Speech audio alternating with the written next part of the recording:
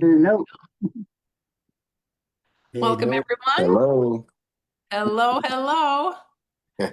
Until our main speaker gets here, let's just to let people know, where are you calling in on this very last day of 2025? Lake Tahoe, California. That's In Norway. Minnesota. Hollow Beach, Florida. Indiana, Great Falls, Montana. Yeah, Ontario, Canada. Illinois, Texas, North Dakota. Texas, Sarasota, Florida. Norway. Stockholm, Sweden, Jacksonville, Florida. Go Jags. Port St. Joe, Florida. Put my nose way around down there. Yeah. Charlotte, North Carolina. Ohio, And Denmark. So right now, the King of Denmark is actually having his New Year's speech at the moment, but I am here. That's dedication for you.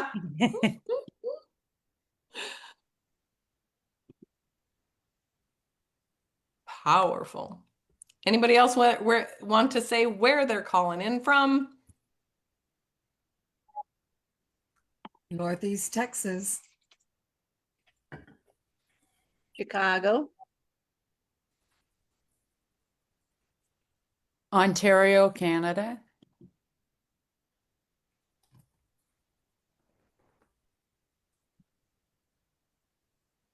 Anybody Portugal. else before we get started?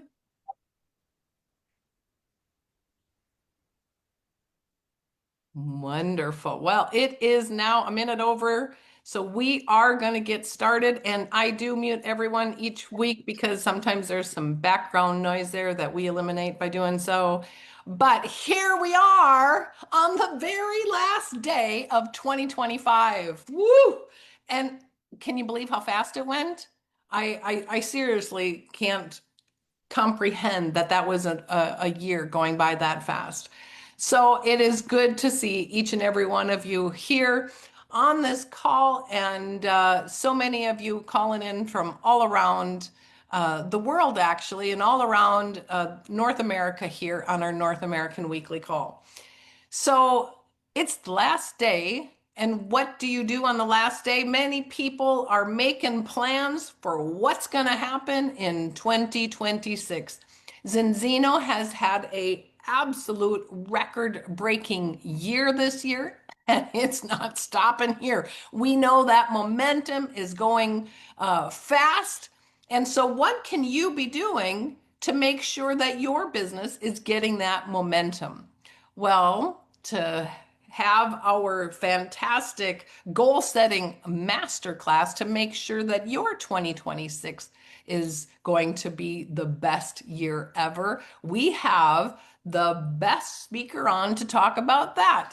He is the guy who's just been leading North America since, let's see, 2019, and has made such an impact. And we love every training he ever gives. He breaks it down. So I hope you have your pen and paper ready. Let's bring him on here, Mr. the Legendary. I have to add that because he is definitely legendary. I wish I had the background music going on with the legendary music, but here we are going to bring on Mr. Art Jonak. Hey, Art. Hi, Carla. How are you?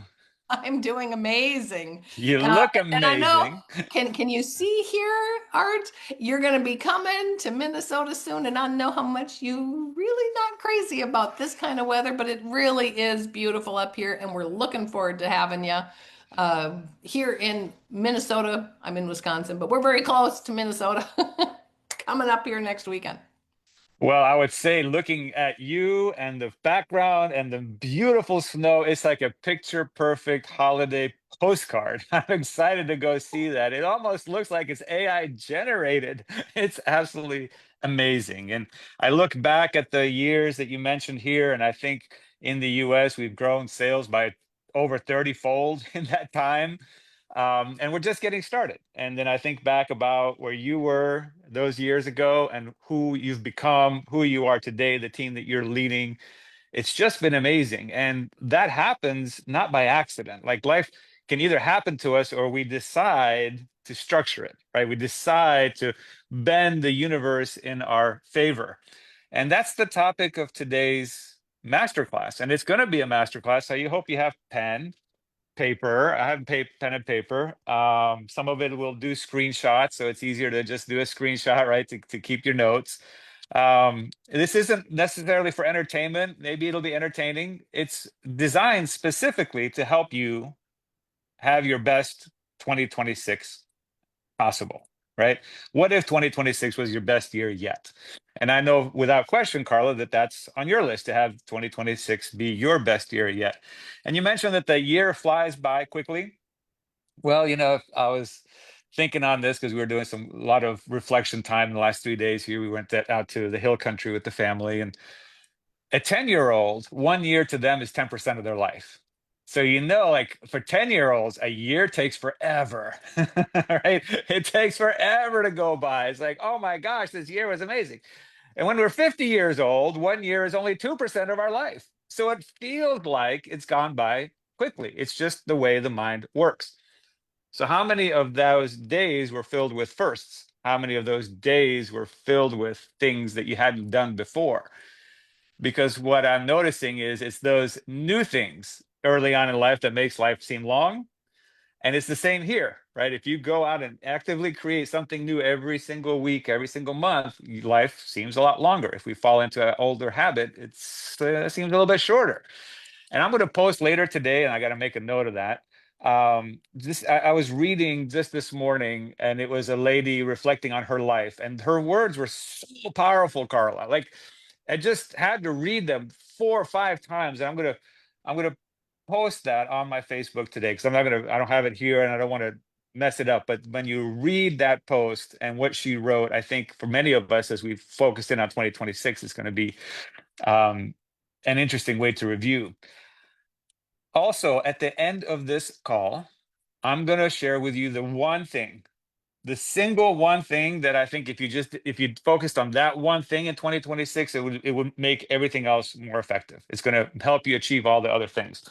My kids got me this shirt here, Carla. It says Dadalorian. For those of you that are into Star Wars, there's the Mandalorian. This says Dadalorian. It was one of the greatest gifts because they always give me a dad shirt, right?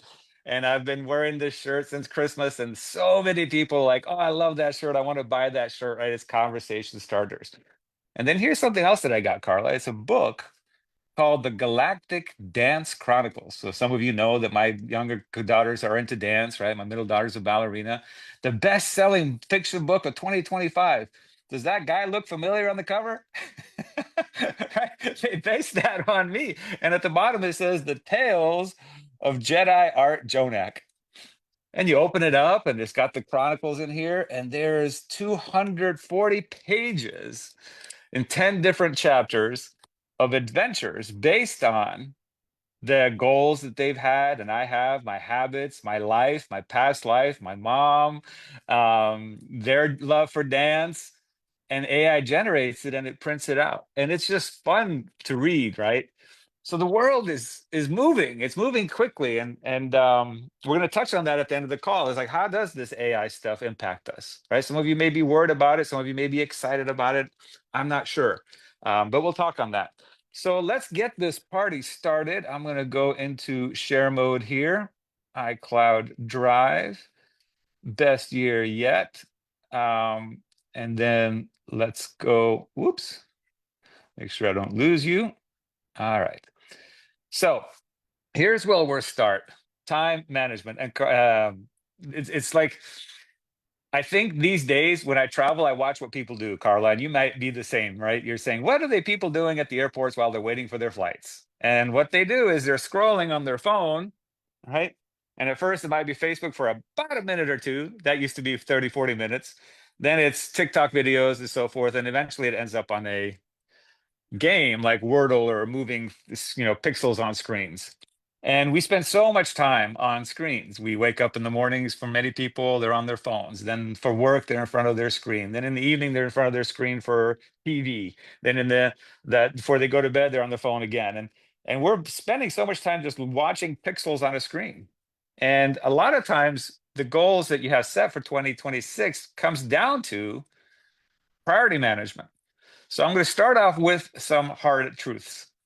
And these are not truths that I'm pointing outward. I'm pointing at myself as well. These are things that I ask myself. And one of the things I saw was when the incoming owner of a social media platform called X, Twitter at the time, he asked the existing CEO, "What did you get done this week?" And he did it publicly. And the answer was pretty sad. There wasn't much done that week. And to me, that question really stuck out. So, Carla, if I were to ask you, what did you get done this week, right? Probably it's filled with family, grandkids, because that was the priority for this week. But, so what did you get done this week isn't only about business. It isn't only about Zinzino. It's about what did you get done this week based on how you want to live your life, right? So screenshot that. And I do this on Fridays. And I say, what did I get done this week? And it better be pretty good. And part of that is in your calendar. One of the toughest things I did, and it's a great habit, is to put just about everything I can into my daily calendar. If you're going to do something for 15 minutes or more, put it in your calendar, put it in your calendar, put it in your calendar, and do a time audit. And so start to realize, where is your time actually going? Do that attention audit. Look at how much FaceTime, how much time you are spending on specific apps on your phone. And if you do that, and then I ask to see your calendar, I'll know your priorities. It's very straightforward. And this isn't a feel-good class. This is a reality class, right? So one of the things, and Carla, maybe you're also on this kick. I know you've, transformed yourself and your physical self. But as we get into our 50s, I'm not saying you are, but I am in my 50s. One of the priorities becomes not losing muscle and gaining muscle. And part of that is working out. On my wall here, I've got my tonal machine, and I've got my arm things and my wrist things and my leg things. And I've got to make sure that I tap that machine at least 4 times a week to get that weightlifting in. And then part of that is getting enough protein. You should get 1 gram of protein per your body weight. And I thought to myself, oh my gosh, I'm no problem. I've got that covered. Until I did what? Until I started tracking. And the moment I started tracking, I use a really cool app to track it. And I've realized I was not even getting 2/3 of what I was supposed to get. And I had to rebuild that habit. So tracking what you want to accomplish. And then at the same time management can be boiled down to saying no.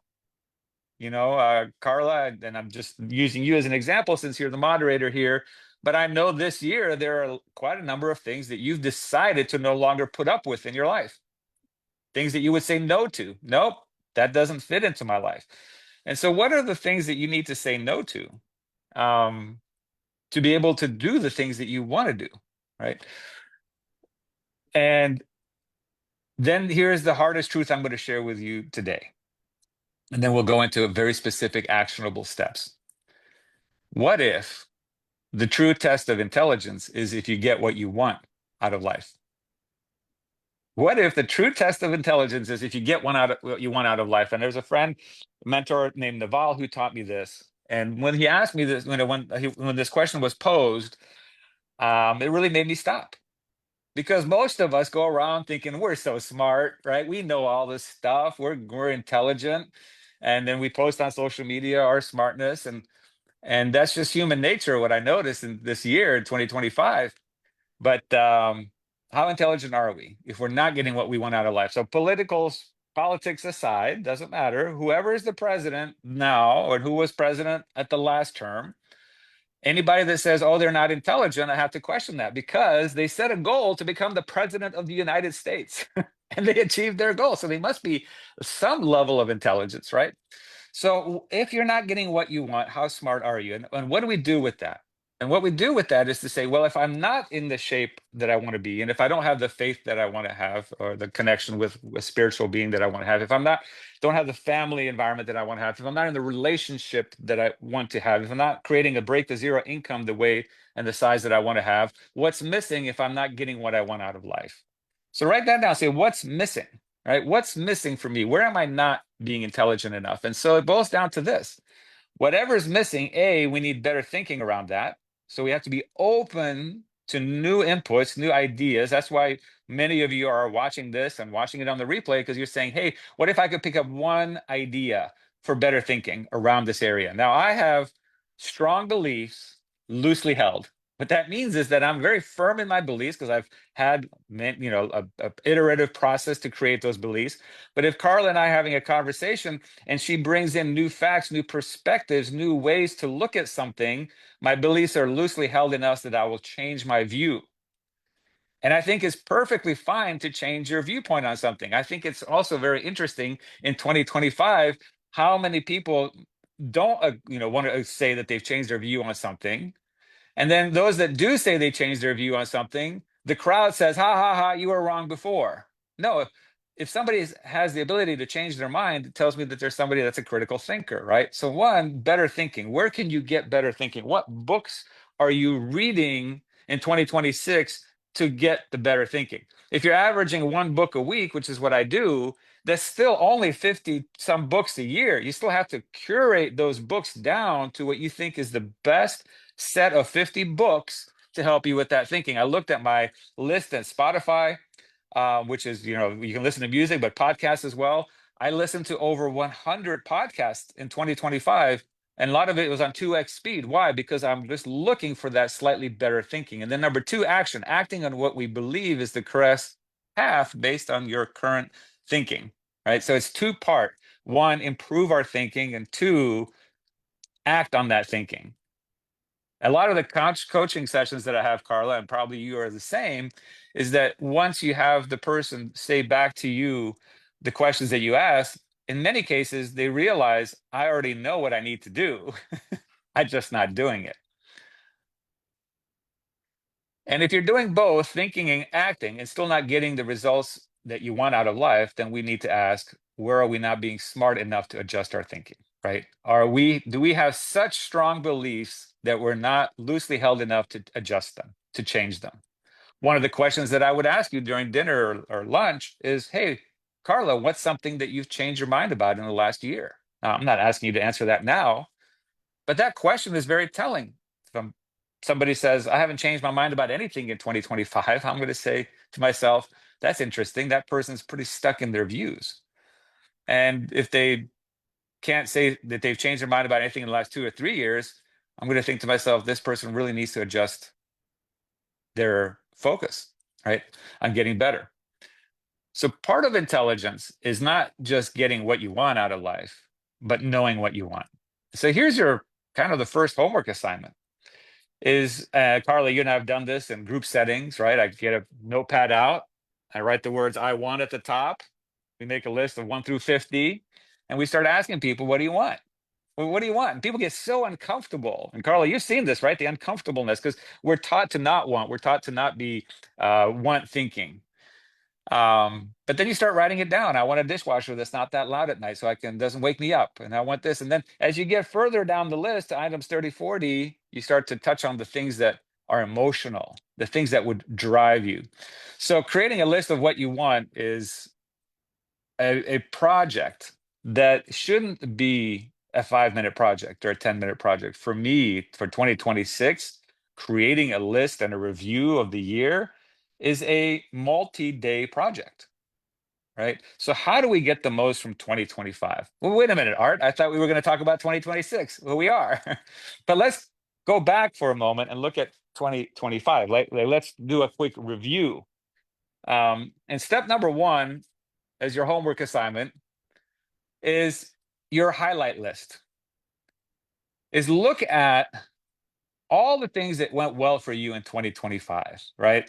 These are your 2025 highlights. Take the time to relive them, highlight and celebrate the exciting and positive moments, right? Go through your social media, go through your to-do lists, go through your, whatever software you might be using for accomplishments, have the conversations with the family and go back through those moments to see what was good, because there's for certainly good things that have happened to you in 2025.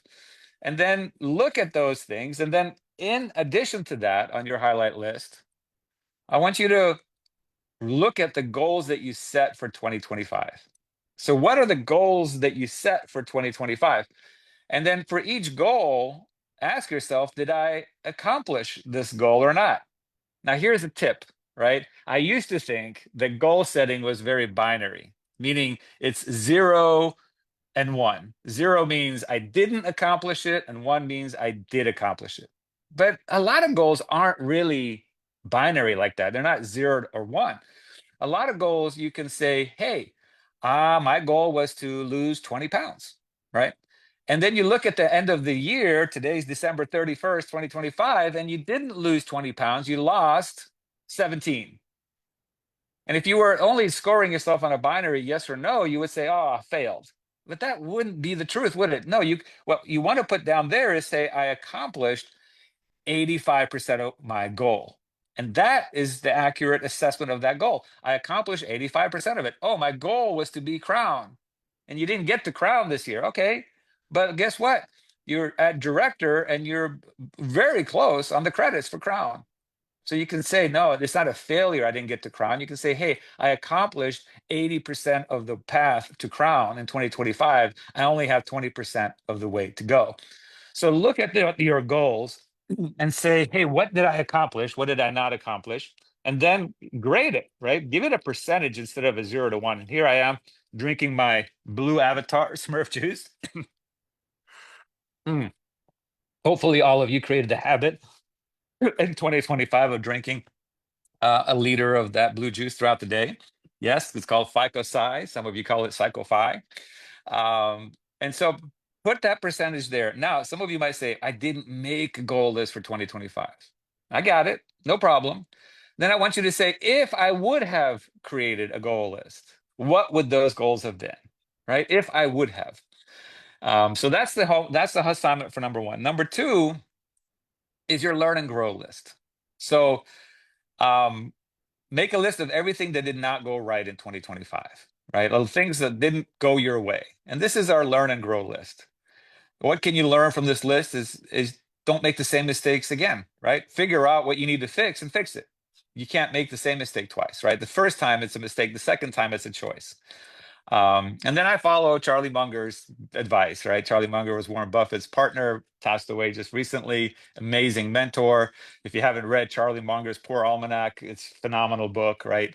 And one of the things he says is don't make big, stupid mistakes, right? Don't drive on a motorcycle without a helmet, because one mistake on that, and that's a big, stupid mistake. So what's your learn and grow list? And number 3 is your hit and miss list. So pull out your 2025 goal list, check out the goals you achieved. These are your accomplishments, your hits. Next, circle which goals you did not finish. These are your misses. And then start to decide, am I going to put those on my 2026 list? And then one of the things that I learned from a friend of mine named Randy Gage, and he did this thing called a burning bowl ceremony. And a burning bowl ceremony basically says, put down on a piece of paper the things that you're no longer willing to put up with in your life, and that you did put up with in 2025, or things that didn't go well, but that's behind you now. And just write those on a piece of paper. Again, this is not a 1-minute exercise. And then a very cathartic thing to do is to put that piece of paper, and do this as a family, put those pieces of paper in a bowl, put it on fire, and watch it burn. That's now behind you. Put it on a little boat and put it into the middle of the pool and burn it, right? We've done that in the past. So that's your hit and miss list. So the next step is, so what do we do going forward, right? What do we look going forward? And here's 2026, right? This is what we're all looking forward to. I hope you're looking forward to it. And if not, by the end of this Zoom, you'll be looking forward to it. So number 1 is do a goal storm. This is similar to what we would call a brainstorm, but it's really a brainstorm for goals. So take your journal, right? Put on there, welcome to 2026. And there is no bad idea here. Just put anything that you would like to accomplish or do or see or feel in 2026 and write it down. It doesn't have to be a hard thing. It doesn't have to be an easy thing. It can be anything. Just unfiltered list. This is a very important part of this step. Been doing this for years, right? Is create an unfiltered list of things you'd like to accomplish. And this can be hard to do. and it definitely takes time, right? So minimum commit a couple hours to this and take breaks, right? Do an hour, take a break, do an hour. So there's not like this long, arduous task, but next 2 or 3 days, put a couple hours to this. I put days to this, literally days. Over time, it accumulates into days over this week. And don't worry about how you're going to accomplish these goals. Don't worry if you can even accomplish them. Just write them all down. That's the whole point of the exercise, right? Because achievement is the cornerstone of happiness. If I look at people that are 40, 50, 60, 70, 80, 90 years old, where did their happiness come from? From the achievement, like getting something done, accomplishing something. So write down that goal storm list. Don't prejudge it. And then next, categorize those goals. So take those goals from the list and categorize them. Put them into family, put them into finances, put them into fun, friends, fitness, following, freedom, travel, right? Education, give back. These are all different categories that you can put. And put those, now put, next to them, put them into buckets. And now you've created this goal storm and you've categorized it. And then you're going to realize that some of these goals are not meant to be achieved in one day or in one week. Some of them are intended for several months. Some of them are intended for a year. Some of them are not even intended for 2026 alone, because some goals take years to accomplish, right? If you want to get to global president, that's probably, and you're starting fresh now without any experience, probably not going to be in 1 year, but it is a multi-year goal, right? So realize that you can do to have that broken down. And then what you want to do is you want to trim the fat, right? Let's get rid of the things that may be distractions for 2026 or things that may be down the road goals, right? And focus in on the 2026 goals.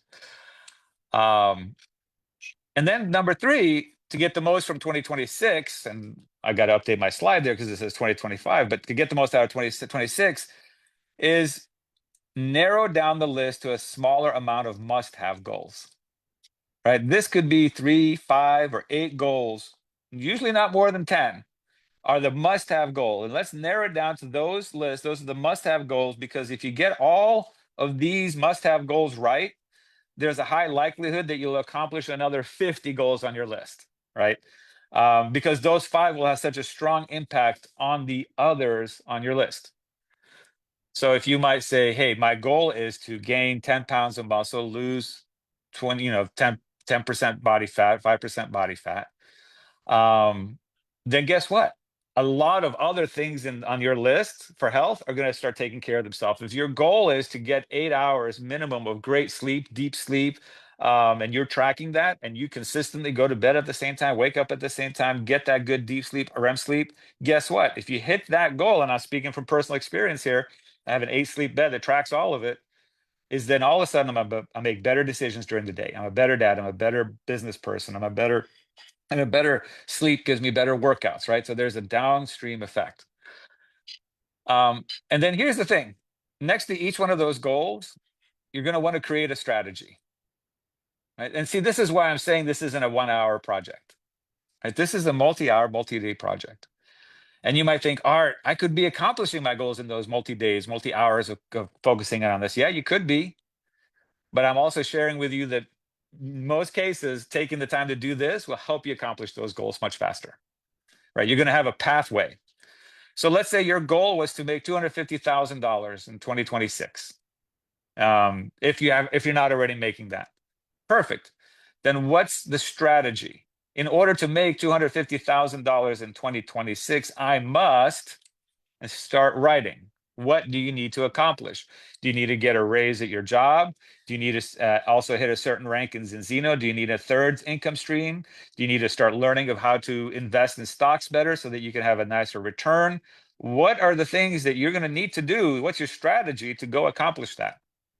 And then I would add on there, what percentage of that $250,000 do you want it to be passive? Do you want it to be a break the zero type of income where you did the work right one time and now that money continues to come in, right? And Zinzino, the way that looks is you create customers, you build a team of people who create customers because we make money from customers. Customers spend money, Partners make money. So our goal isn't to make money off of partners. Partners get their product for free. They get their Z for free, right? Hopefully you got the premium for free. You get your ultimate partner kit back because you're going to accomplish your goal of A team and being on Z for free for 12 months. So in Zinzino, it's how many customers do you personally have and how many customers on your team are on subscription, and that creates that passive part of that goal, of your income goal. So that's it. That's number 3. And then number 4, this is powerful, and this is not for all your goals, right? There may be some goals that are very private, but for many of your goals, share your goals with others. So if your child or your daughter or son is having some kind of a medical problem, you're like, my goal in 2026 is to help them no longer have this problem.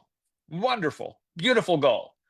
If you don't share that goal with others, you may be limiting yourself, because by sharing it with others, you might say, oh, and you tell Andy Dooley, and Andy says, oh, I know this doctor here, and that doctor knows this person, and that's a specialist in that specific thing. Now, if Andy Dooley didn't know that was one of your goals, how is he supposed to help you connect the dots, right? You can look at backwards on the dots and they're connected, and it's easy to see. Forwards, you can't. So when we share our goals, then all of a sudden, you've got the 1 + 1 = 4 synergy happening in your life, which is phenomenal, right? The universe will help you reach your goals. And then number 2, it's an accountability, like putting your goals on the fridge, and then your family seeing if you're accomplishing those goals or not. And we put our slide edge charts on the fridge, right? Then all of a sudden your kids might say, hey, one of the goals here is to go on a family vacation in the hill country and go do this thing. And you're not hitting your goals, Dad. Don't you love us? Right? There's a lot of different synergies that can happen around sharing your goals. And then in our business, in our profession here of direct selling, of Zinzino, another key part is repeat the process with others, right? Part of our goal is to create customers, sponsor partners who create customers, but also develop those partners, help develop the partners to become leaders of leaders, right? And in order to do that, I think it's probably important to take these steps and do it together with your team. And then if you're married or have a spouse, do it with your spouse. Take turns. The objective is to not have identical lists, by the way, if you're married or with your kids, right? The goal is to encourage each other to complete your own individual list. Anne has a different list than I do. Some of it overlaps and some of it doesn't. That's good. And so consider repeating this process with your key members and your team. It's powerful, it's effective. Maybe have them watch the replay and then go do it as a group exercise, right? And again, this can take hours, this can take days. Most importantly is start. Now, the next part that I want to share with you is something called keep, stop, or replace, right? Keep, stop, or replace. And keep, stop, or replace basically says this. Look at everything you do in the various areas of your life for each habit, right? So what is your life going to look like in 3 years? Based on what habits you've created. What are the habits? Those are the strategies around your goals. So now take a look at the habits that you've intentionally or unintentionally created. Maybe you've got the habit of you've really cut down on the amount of sugar that you're eating every day. Maybe you've created a habit of eating at least 3 eggs a day, and then feeling amazing and full from that, if that's what you believe is good for you. And you're saying, hey, those are great habits. Maybe you've created a habit of, hey, you know what? I'm just going to treat myself at the end of the day because I did well today, and I'm going to eat a little bit of a pint of ice cream, right? And you don't even realize that you're eating a pint of ice cream every 2 days. So think about, write down. And again, this is a reflection homework assignment. This takes time, but look at what are the habits that you've created? What are the scrolling habits on your phone that you've created? What are the habits around your business of contacting 2 people a day or not in your habit? And then at each habit you have 3 simple options. Number 1, do I want to keep it? Is this habit pushing me towards where I want to be in my life in all the different categories? Number 2, hey, maybe I should stop that half a pint of ice cream a night, right? Or whatever that habit is. Then put stop next to it. So you either keep it, stop it, and then in some cases, do I want to replace this habit with a new one? And there's a nuance here. Sometimes it's replacing a bad habit with a good one. Well, that's pretty obvious, but you do want to replace it. Sometimes it's you've created a good habit and you've gotten so good at it. So if you look at Andy Dooley and you go in the gym with him, I mean, he's going to take a 50-pound weight and it's going to feel, he's going to make it look like a little toothpick. So if his goal was to say, hey, I'm going to continue with the 50-pound weight, he might say, no, I need to replace that habit and say, I'm going to do a new exercise to help me build that backside of my arm so that I can get to 60 pounds or whatever that is. So sometimes it's upgrading your habits. So take a screenshot with your habits. What are you going to do? Do I want to keep this habit in my life? Do I want to stop this habit? And then in some cases, what do I want to replace the habit with? Okay. And then your goals let you plan your progress, and your systems and habits allow you to make progress. So goals are phenomenal, but most of us have written down goals and sometimes say, hey, we didn't achieve them. Number two, adding an emotion behind that goal. How will you feel by accomplishing it? That's going to drive you there. The dream is driven there. And then figuring out the strategy and breaking that down into systems and habits. That's where the focus becomes. And that's the part that allows you to make progress. And some of the habits may seem so boring, right? 3 eggs a day. Oh my gosh, how am I going to do that? 5 eggs a day, whatever that is, seems so boring. And after 90 days of doing it, you start to say, my gosh, I'm feeling amazing. I'm losing weight. I've got all this energy, whatever that may be. So the habits aren't necessarily designed to be exciting every day. The habits are so that you can get your goals done. And then here's the next part, is focus on the 20%. I wish I'd learned this sooner in my life, but what I'm really focusing in on is the 20% in any one of those categories that make the 80% happen. So here as Enzino, we have an incredible vision, right? And part of that vision is knowing where we're going. And then we go there together. So we may have a busy life. It might look like this, right? Hands wide open if you can't see what I'm doing. And you want to make it look like this, right? Focused in 6 inches instead of this. So what I'm focusing on is on the 20% of in any of those categories that make the 80% happen. So what are the 20% of things that I can do with my health that'll help make the other 80% of things on my list around health more likely to happen? Drinking, 1 liter of this a day has a compounding accumulative impact on my health. Taking the gut test, taking the balance test, knowing your numbers. So you're going from hope to belief to knowing. It's going to have an impact on your health. But then actually doing something about it, taking the oil every day, it's going to make those cells soft and malleable versus hard and rigid. Guess what? Then those 10,000 steps you take a day and anything else that you're taking for your health is probably going to work a lot better because your body is now absorbing it better and getting rid of the bad better. How does that work? 1 shot a day. Hey, you're just taking 1 shot a day, 1 second a day. Phenomenal habit. To take the gut test, maybe taking your xenobiotic every day, right? Xenobiotic every day, get that gut health right. Are you getting your sleep, right? To me, sleep is the number one block because it makes 80% of everything else work better. What are the 20% of the things I can do with my relationships that make the other 80% work, right? Are you walking in with positivity? Are you dream focused?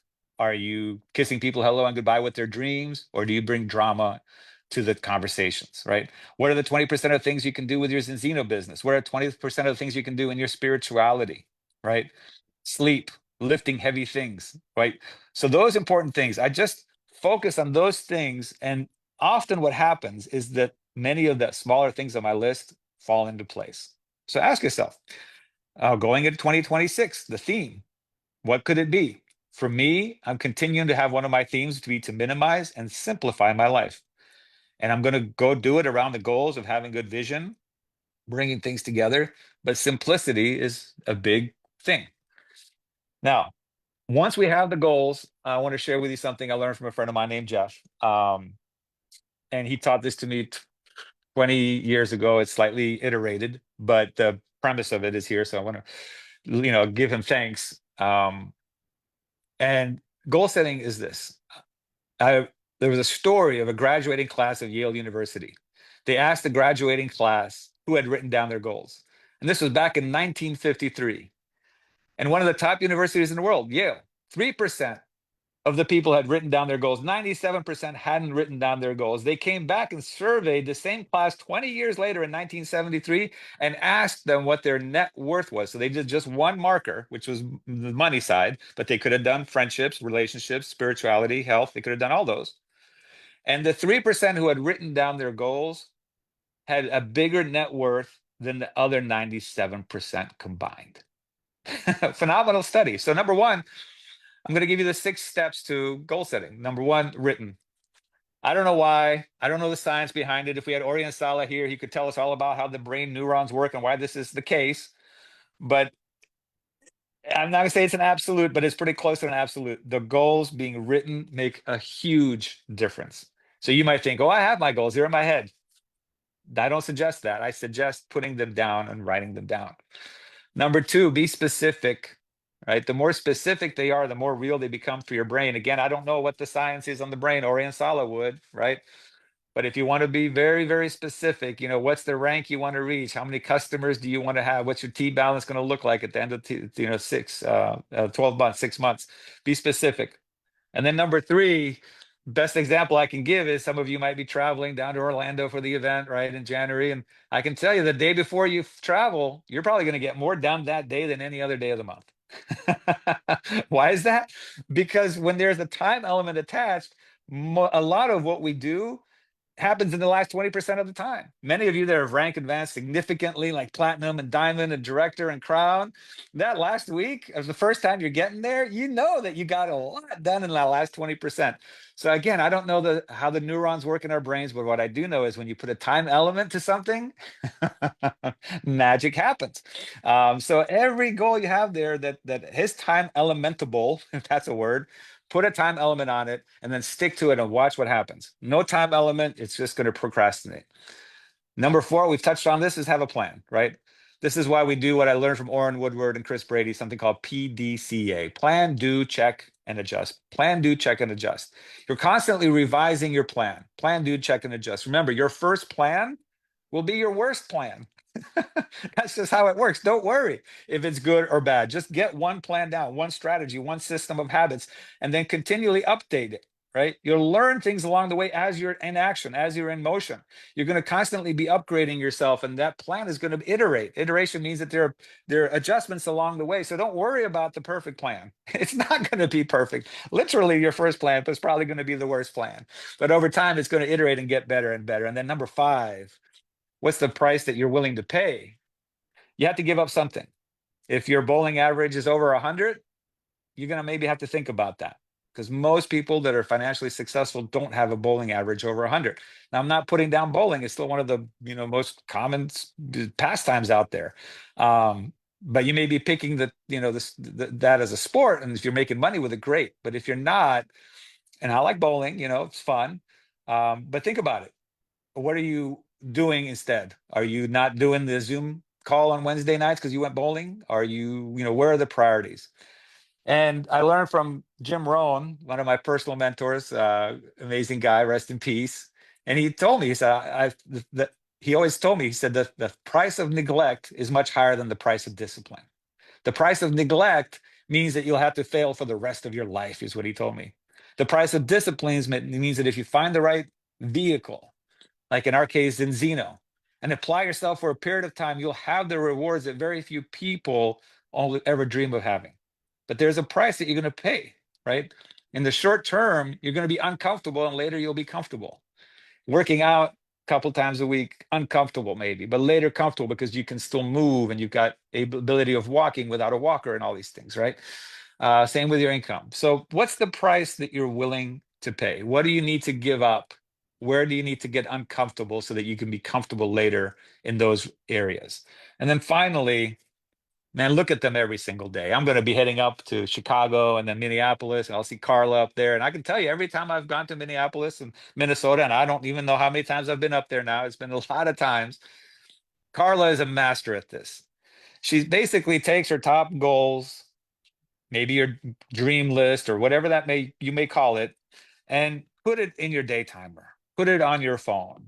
Put it on the mirror in the bathroom. Put it on the fridge.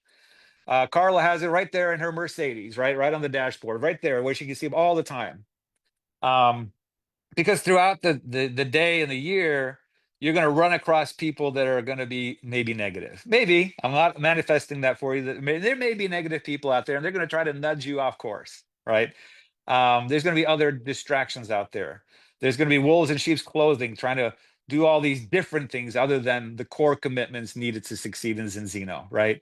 They're going to try to get you off track. And you got to look at your goals, constantly be reminded of what you're trying to accomplish, constantly be reminded to do those activities that'll accomplish those goals. And I like to write them down on paper, but make sure you write them down somewhere, right? Where you can see them every single day. What you're writing is part of your plan. And that way you're not going to get confused with activity versus productivity. And those 6 steps are pretty straightforward, pretty easy. And again, they take work, right? So I'm giving you the list here.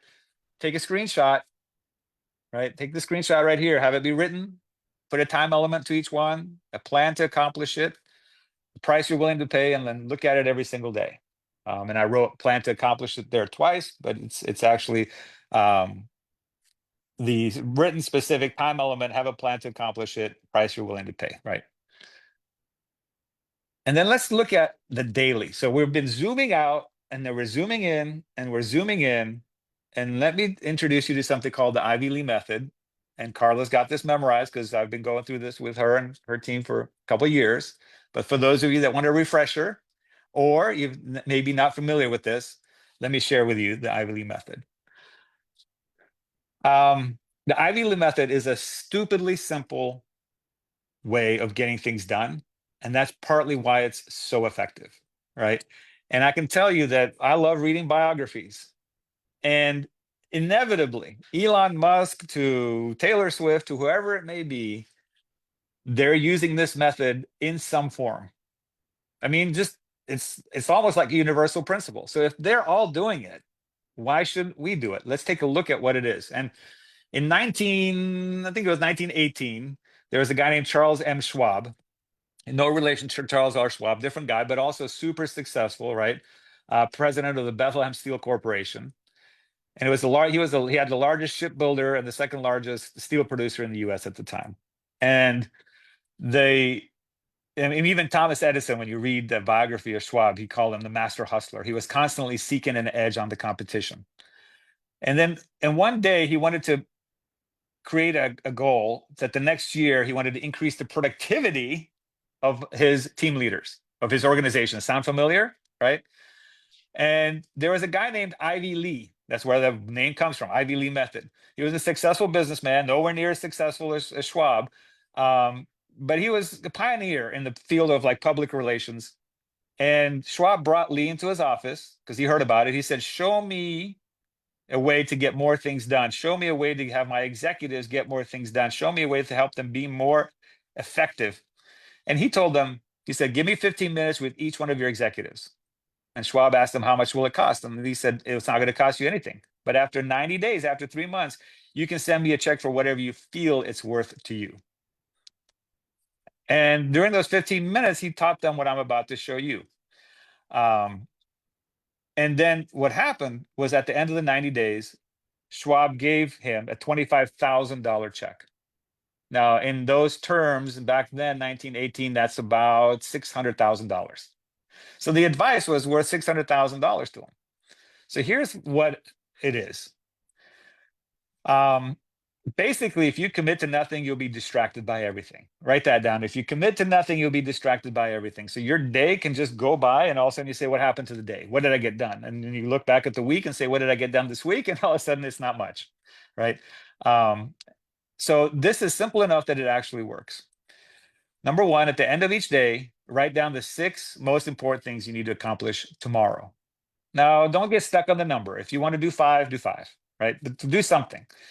And what this does is that it forces you to think about it the night before so you can wake up in the morning ready to go. Then number 2, prioritize those 6 items in order of their true importance, right?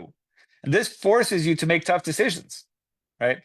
You have to decide what is the most important thing. prioritize and put a 1, 2, 3, 4, 5 next to it. The best thing to do, in my opinion, is you either put it on your phone in your notes, or you take 3x5 index cards. You can go to Office Depot for $1.99. You can get 100 3x5 cards, and then you can just put one every day, 1 through 6. Put the numbers on there. Prioritize them. Number 3. Tomorrow, concentrate on that first task. When you're ready to go do work, concentrate on that first task. One of the things I love is I have this hourglass here. It's from the Mastermind event from many years ago. We used to provide these at the events. This is a 1-hour hourglass. When I'm ready to go work on that first task, if it's a desk task or a call task, that I turn this upside down, and there are no distractions at that point. You don't pick up the phone to check on stuff. You just completely focus in on and get it done. You'd be amazed how much you can get done with 1 hour of pure focus. And you'll also be amazed at how few people can focus for 1 hour these days, because there's so much easy, distraction happening. We have to check something every few minutes. But over time, you're going to develop that. So you do that first task. And then number 3, approach the rest of their list in the same way. Once you've accomplished task number 1, go to task number 2. And then task number 3. And you may not get to all 6 tasks that day. That's okay. At least you've got some momentum. You created some forward progress. And then what happens is at the end of the day, you're going to do the same thing. You're going to repeat that process. At the end of the day, you're going to look at that 3x5 index card. You're going to say, I got items 1, 2, and 3 done. 4, 5, and 6 are still there. Plus, I've got these other 3 things. And then you decide, is 4, 5, and 6 your number 1? And you reprioritize, and you just follow through with that process. If you commit to nothing, you'll be distracted by everything. Find a system that works for you. I'm not saying I have all the answers here, but try it on like a jacket. If it fits for you, continue on. If it's not fitting for you, find something that will, right? But let's get that done. What does that look like in Zinzino? You'll find at the Zinzino website, there's going to be a goals list for 2026, right? What are the habits that are broken down, and what do you need to accomplish in your T-balance? Use those 2 pages to help you decide what are some of the things you need to work on. Here's what's neat, is that this Ivy League method, the reason it works so well for successful people, but it also works so freaking well in direct selling, is because, to me, duplication is simplicity. What's the definition of duplication? Simplicity. Can we get it to the simplest way possible and have it still work? This, to me, is the simplest way possible. It's simple enough to actually work. The primary critique of a lot of methods out there is that they're too complicated. And some people will critique this and say it's too simple, too basic. No, I need a fancy software as a service planner, getting things done, GTD things. If that works for you, fantastic. But for most people in your team, those things tend to be too complicated. And this allows you to quickly get back on track. Number 2, it forces you to make tough decisions. The tough decision, not that there's anything magical around this, is that Lee knew that with having 6 things, you're narrowing down that number of things and then prioritizing it to the number 1 becomes super important. So the constraints make you better. There's a forcing system here to constrain what you need to focus on. Number 3, it removes the friction of starting. Sometimes the biggest hurdle to finishing most tasks is starting them. And Lee's method forces you to decide that first task the night before, so you don't have to waste energy on that in the morning and just get to work. You don't spend hours debating or figuring out, what do I need to do today? It's just done. And especially for men, requires you to single task. I certainly find that context switching kills momentum, right? If you're constantly switching between different contexts, it's going to kill momentum. You want to create momentum. Modern civilization loves multitasking. In some cases, we do have to multitask. I get it. So if you're working out and you want to listen to a podcast, maybe while you're walking, listen to the podcast, right? You're stacking tasks. You can do that, but decide where you want to do that. And the bottom line is, do the most important thing for each day, right? Like, that's the trick that really works, because your focus forms your future. And let's keep these hourglasses going, or whatever that method is. You can create a little stopwatch on your phone and keep that going. I'm going to skip this part here just for time purposes, and we'll revisit this in the future, Carla. But I did promise that we would get to the one most important thing as we wrap up the hour here. And to me, if I was to think of, with all the change that's happening out there, books being written by AI, posts being written by AI, tasks getting done so fast, What is the thing that's going to separate you from all this that's coming? And the word is agency. Just write that down. High agency. And I used to think that intelligence was the number one factor. And intelligence matters, right? We've got to be able to change our mind about existing thinking that we have and adjust. And these are all important.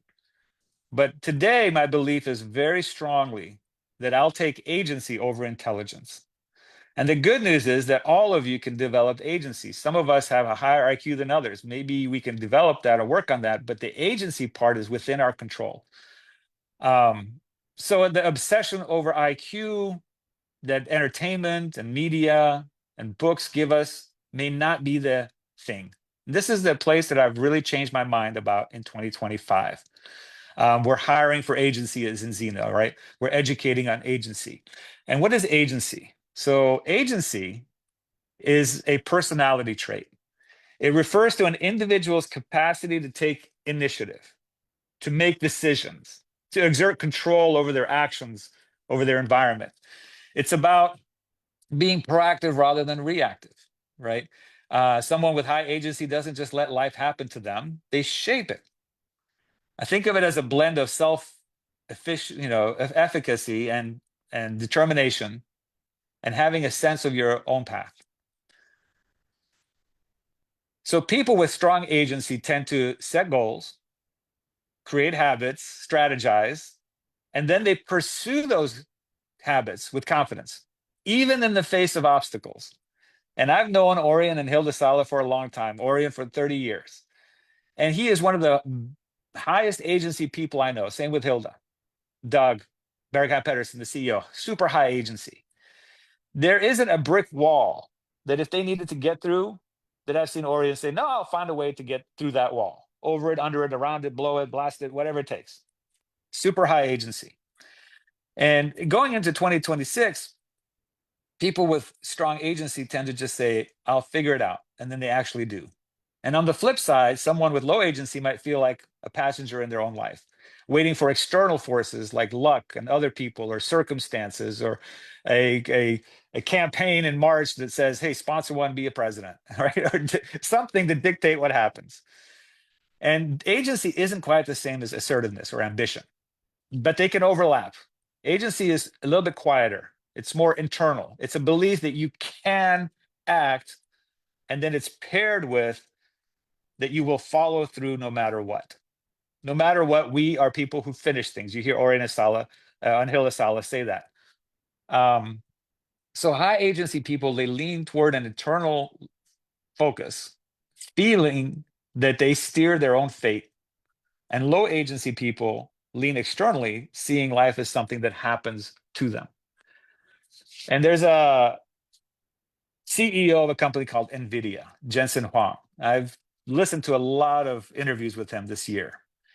And it's interesting to have him talk about AI. He basically says AI is going to make poorly defined work much more valuable. So anything that's specifically defined, like writing code that does X, summarizing a document, calculating a metric, anything that's goal specified that way, where the constraints are known, AI is going to crush it. Poorly defined work is basically trying to decide the direction that you want to go. Haste, what's good, what's bad. There are things that AI can't do, which is like physical labor kind of things as well. And what he says is that what you want to do is you want to seek roles where you own the outcomes, not the tasks. Task ownership is defined work. AI is going to replace that. But outcome ownership forces you into the undefined space constantly, right? This is where we iterate. And I think we need to take that to heart, because as much as I've been studying the space, it's becoming very clear. We call it an agency premium, right? Intelligence is very quickly becoming cheap. Input is becoming abundant. And the scarce and valuable thing is shifting not from knowledge, but acting on the knowledge. That's the agency. That's what's going to give people high worth. And when everyone has genius on tap, basically all the knowledge you want, you just go to Grok, ChatGPT, Cloud, whatever it is, The binding constraint is going from IQ to initiative, from cognition to courage. So 2026, the word is agency. Have high agency. Create the courage. Understand that the opposite of paranoia is what I call pronoia. It's the suspicion that the universe is secretly conspiring to help you. I'm a believer in that. Assume that every setback in the universe is trying to teach you a lesson. Every setback will make you wiser, stronger, more intelligent, more high agency. And it doesn't matter whether the universe is actually trying to help you, believing that it does makes it so. And I think one of the closing things I'll give you with is do some micro agency. Micro agency is what is the smallest unit of self-authored change that you can reliably execute today on your Ivy League method, right? What is a micro agency thing? Something that you're thoughtfully achieving towards and running to instead of reflexively reacting to. Is most of your day spent towards something that you're focused forward rather than reacting to? Agency is choosing to read those 5 or 10 pages of the book, even if it's difficult, right? Because you have agency. Micro agency is admitting if I'm not a great person, then asking what's the next 5-minute thing that I can do that a non-defeated person would do, right? These are micro agencies that add up over time. And the most empowering part of this is to say that I'm responsible. If a tree falls on my house and it's from my neighbor's tree, I can go blame my neighbor.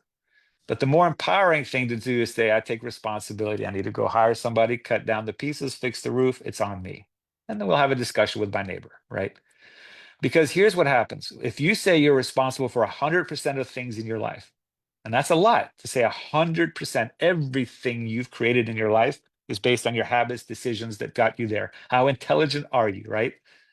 And if you do that, what it says is that you're not sitting in the passenger seat hoping that somebody drives you somewhere better. What you are is you're in the driver's seat and you're deciding where your life's going to go. That's high agency. And that's the 2026 take home that I hope for you. You see, champions aren't just resolution makers, because now is the time for resolutions. Champions are commitment keepers. And some commitments are going to take high agency to actually keep. Remember, you're in charge. You're responsible. You're in the driver's seat.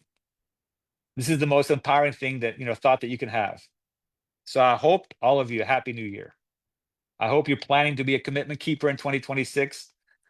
If you're, if you are, so you can say yes, right? You can put a yes in the comments. To everybody who plans to be a champion, and I know I'm looking at one right now as I turn this off at Carla, and I'll see you in a couple of days.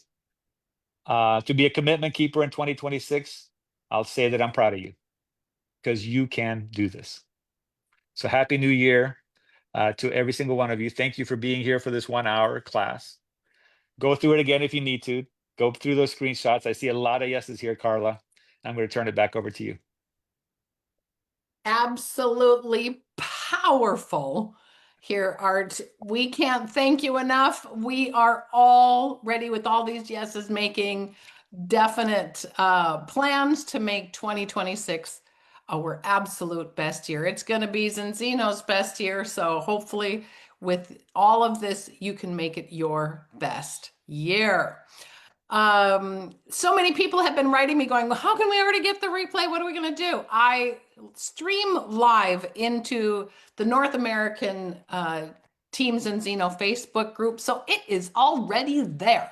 So I know all of you are going to want to watch this again. I'm already going, okay, I need to go back and see that again. There was so much information here, Art. We're going to need to watch this again and again and make sure we get everything out of that. But I know all of you watching, we're going to want our team members too. So you're going to need to go into that Facebook page, go underneath in those comments and tag your team and make sure they watch this, each and every one of them, because we want all of them to have their best year also, which is going to make your year even better. So Art, thank you so much for taking the time out for this incredible masterclass. I'm going to ask everybody to unmute, and we're going to wish everybody a happy new year. Let's make 2026 your best year ever.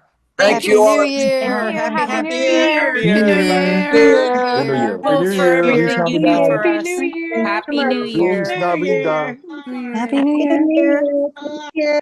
That's awesome. Thank you. Happy New Year. Happy New Year, everyone. Thank you, Carla. Gene or Peg on? Peg was, not cheese. Wonderful. Hi, Marilyn. Happy New Year. Hi. Happy New Year, everybody. Bye.